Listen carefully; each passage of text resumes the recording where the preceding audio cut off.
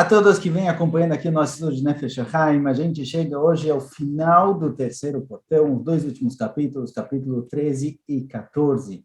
Nosso terceiro de 4 portões fala sobre a Kadosh Baruch Hu, sobre Deus, qual a nossa compreensão dele. E o Nefesh HaChaim trouxe para a gente, nesse portão, a compreensão, a consciência de que existem duas visões de Kadosh Baruch Hu. Existe a visão que o ser humano é capaz de atingir, existe a visão do ponto de vista de Akadosh Baruch Hu, de cima para baixo ou de baixo para cima, do ponto de vista subjetivo do homem ou do ponto de vista objetivo de quem é Akadosh Baruch Hu. E a nossa compreensão é sempre puramente subjetiva. E, para completar, no 13º e no 14º capítulo, o Nefesh HaChaim traz para a gente qual o nível mais alto atingido pelo ser humano nessas questões. De um lado, nós temos os avós, Abraham, Isaac e Yaakov, e do outro lado temos Moshe Rabbeinu. Moshe Rabbeinu atingiu uma visão de Akadosh Baruch Hu mais elevada e mais clara do que qualquer outra pessoa em toda a história da humanidade, até mais do que os avós. E para explicar isso, para explicar esses conceitos e a diferença entre eles, o Nefesh HaChaim traz para a gente um pasuk. Quando Akadosh Baruch Hu se revela para Moshe Rabbeinu, ele fala para Moshe Rabbeinu o seguinte: Vaera elavot bekel shakai, ushmi Hashem lo nodati lehem. A Kadosh Baruch Hu fala para Moshe Rabbeinu: olha, eu me revelei para os avós, para os patriarcas, para Abraham, Isaac e Yaakov, com o nome de Shakai. Shin, Dalet e depois Yud. Já vamos ver o que significa esse nome. Ushmi Hashem, mas meu nome, Yud Kei Vav Kei, eu não revelei para eles. Esse nome eles não alcançaram. Esse nome eu estou me revelando somente para você. O que são esses dois nomes? O que eles representam?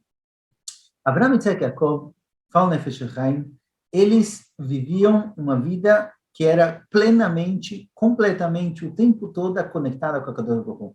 Tudo que eles faziam, todo lugar onde eles se encontravam, o tempo todo o pensamento deles estava focado em Kadosh Baruch Hu. E tudo que acontecia com ele, todos os milagres que aconteciam com os avós, vinham justamente por essa questão que a gente falou na aula passada sobre Einon Milvado, sobre essa consciência de que não existe outro senão a Kadosh Baruch Hu, e tudo que se passa com a pessoa, toda a força que a pessoa tem, tudo que pode vir a acontecer, todas as ferramentas necessárias para lidar com qualquer situação vêm de Kadosh Baruch Hu. Os avós viviam assim. Nas palavras do Rambam, eles viviam um pasuk, Bechol derachecha daeu. Em todos os seus caminhos, tenha a Kadosh Baruch Hu na sua cabeça. Eles estavam o tempo todo conectados. Isso gerou todos os milagres, isso gerou o nível que eles alcançaram.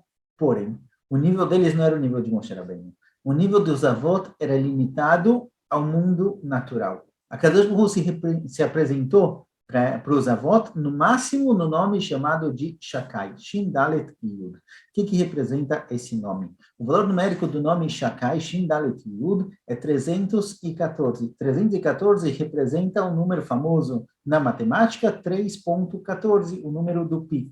O que é o número do Pi? O Pi é o número que mostra a relação entre o círculo e o diâmetro dele, ou seja, entre o círculo e a linha reta que passaria por esse círculo. No mundo da Kabbalah, o círculo e a linha reta representam justamente esses dois pontos que o Nefesh HaChaim vem trazendo para a gente. O círculo, que ele é redondo, ele não tem fim, ele tá presente em todas as situações, e a linha reta que representa uma passagem, uma mudança, um tempo passando, coisas que vão mudando aos poucos. O círculo representa a Kadosh Baruch Hu do ponto de vista dele. E Gulim, a Kadosh Baruch Hu, do ponto de vista dele, onde ele é Memale Kol Almin, ele preenche tudo, ele se encontra em todos os lugares, ele é completamente infinito. Já a reta, a linha, representa, olha, Kadosh Baruch Hu, ele estava naquele ponto na hora de criar o mundo, e ele criou o mundo, e o mundo existe hoje como se fosse uma coisa por si só, na situação onde ele se encontra. Existe um cavo, existe uma linha do tempo em que o mundo foi mudando, digamos assim, Kavechol, do nosso ponto de vista, e a Kadosh Baruch Hu, aos poucos, foi sumindo para que tivesse a oportunidade do mundo existir, como a gente explicou lá para trás. Então, o que é, na verdade, o nome Shakai? O nome Shakai representa a relação desse Deus infinito com o mundo finito, com o mundo material, a Kadosh Baruch Hu transcendental, com o mundo no qual ele se revela de forma iminente. Ou seja, o nome Shakai, cujo valor numérico é 314, que representa o Pi, 3,14, mostra para a gente a relação entre o círculo, entre o infinito, e o Kav, e o mundo finito, o mundo material, entre o espiritual e o material. Os avós, o máximo que eles alcançaram foi isso. foi entender que existe uma relação entre a Kadosh Baruch Hu e o nosso mundo, mas eles não conseguiram chegar a ver a Kadosh Baruch Hu por si só. Eles viram revelações, eles conseguiram chegar na situação onde tudo que eles olham, eles entendem que isso vem diretamente de Kadosh Baruch Hu, mas eles não conseguiram olhar por trás da cortina. Eles conseguiram simplesmente ver que existe uma relação entre o que a pessoa vive, o que a pessoa faz, e Deus, que deu toda a força e toda a existência do que tem no mundo. Mas eles não conseguiram passar pela cortina, eles não conseguiram ver além do nosso mundo. Moshe Rabbeinu, ele chega no nome Yud-Kei Vav-Kei. Yud-Kei Vav-Kei é o nome da essência divina, chama Vayá, é o nome real de Akadosh Baruch Hu. Moshe Rabbeinu, Hashem se revela para ele nesse nome. E fala Nefesh HaChaim mais ainda, mais interessante, justamente, Akadosh Baruch Hu se revela para Moshe Rabbeinu no Sne Boer, o arbusto pegando fogo. Pergunta Nefesh HaChaim por quê? Por que Akadosh Baruch Hu se revelou justamente dessa forma para Moshe Rabbeinu?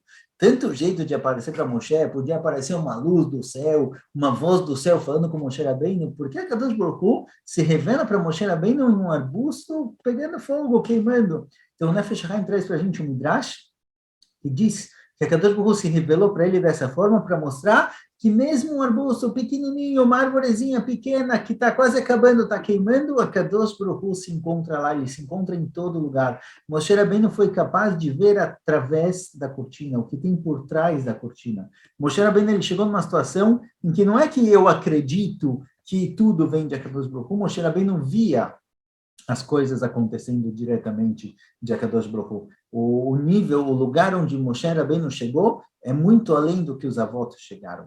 De qualquer jeito, completa o Nefesh HaChaim no 14º capítulo, dizendo o seguinte, fala, olha, tudo que eu falei aqui sobre Akadosh Baruch Hu, sobre essas duas visões, primeiro, como eu disse lá atrás, eu preferia não falar sobre o assunto, mas de qualquer jeito, eu vi uma necessidade, eu vi que foi necessário falar sobre isso, então vamos lá, vamos falar do assunto. Depois que ele fala para a gente sobre essa compreensão divina nesses 12 capítulos que tivemos até agora, a gente às vezes começa a pensar, tá bom, o que eu vou fazer com isso? Como eu vou realmente viver dessa forma? É muito complicado. Ter na cabeça ainda o tempo todo, talvez se eu estiver meditando e eu ficar concentrado nisso, eu consigo ficar 5 minutos pensando, 10, 15 com exercícios. Mas no dia a dia, quando eu estiver trabalhando, quando eu estiver na rua, quando eu estiver de carro, quando? Como eu vou ter isso na minha cabeça? Então, eu falo, Nefesh HaChaim, duas coisas. Primeiro, saiba que tem gente que chegou nisso. Avraham e Isaac Yaakov chegaram nisso, Moshe Rabbeinu chegou nisso. Pessoas gigantes, pessoas que realmente dedicaram a vida inteira para alcançar isso. Mas só de saber de que o ser humano é capaz de atingir tal nível, isso já fala para a pessoa, você é capaz, você tem essa capacidade. Mesmo assim, termina Nefesh HaChaim e fala para a gente o seguinte, olha, é verdade, eu coloquei aqui um nível muito, muito alto. Avraham e Isaac Yaakov, Moshe Rabbeinu, quem vai conseguir chegar lá? De qualquer jeito, nossos sábios falaram que a pessoa deve se perguntar, Magtai Yagiu Maasai Lemasei Avotai. Devemos nos perguntar quando os nossos atos serão igual aos atos de nossos pais, igual aos atos de nossos antepassados. Então, se a gente não consegue chegar a tudo o que eles chegaram, pelo menos um pouquinho, fala Nefesh HaChaim, pelo menos durante a Tfilá, tem essa consciência de que a Kadosh Baruch Hu se encontra perante você, que tudo que acontece com você vem diretamente de Akadosh Baruch Hu. Tenta pelo menos absorver essa consciência, essa noção, essa visão de mundo, de que por trás de toda a questão material, por trás de toda pessoa que te atingiu, te prejudicou, fez qualquer coisa com você, existe Akadosh Baruch Hu, pelo menos durante a Tfilá, fala Nefesh HaChaim, tente colocar isso na cabeça. Talvez a gente não vai chegar em Avraham e Isaac Yaakov, talvez a gente não vai chegar em Moshe Rabbeinu, porque Moshe Rabbeinu nem dá para chegar no nível dele. Lokam Navi que Moshe, não tem um Navi, não tem um profeta que alcançou o nível de Moshe Rabbeinu, mas de qualquer jeito, pelo menos se a pessoa conseguir colocar isso durante a Tfilá, já está valendo. Então, se no primeiro portão o Nefesh HaChaim falou para a gente sobre a formação do ser humano, no segundo ele falou sobre a Tfilá, no terceiro portão o Nefesh HaChaim fala, olha, para quem você está rezando, e tente colocar isso pelo menos durante a reza.